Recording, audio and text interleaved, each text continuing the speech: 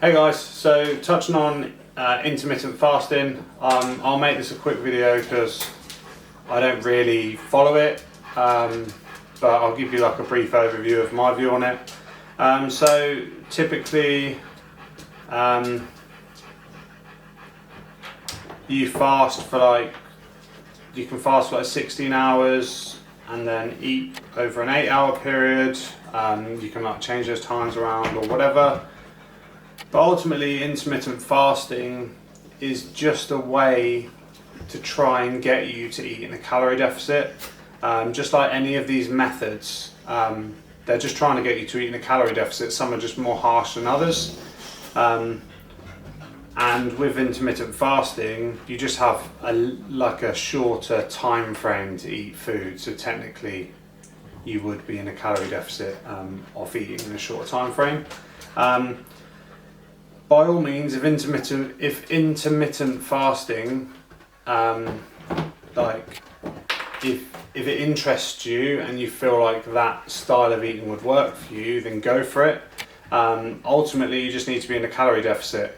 From a performance perspective, I would personally train around the food times. I wouldn't train fasted if your goal was to get leaner and improve your muscle, because training fasted for that amount of time would probably be a stressor on the body and increase your cortisol levels. So if you were going to fast, I would say train around in that sort of 8-hour food window, or like just before it, so you can sort of replenish your body after training. But yeah, again, ultimately, like, it's not going to make massive benefits. I think it's actually worse for women than men, because women don't deal well with the cortisol response from it, whereas men can generally take it a little bit better.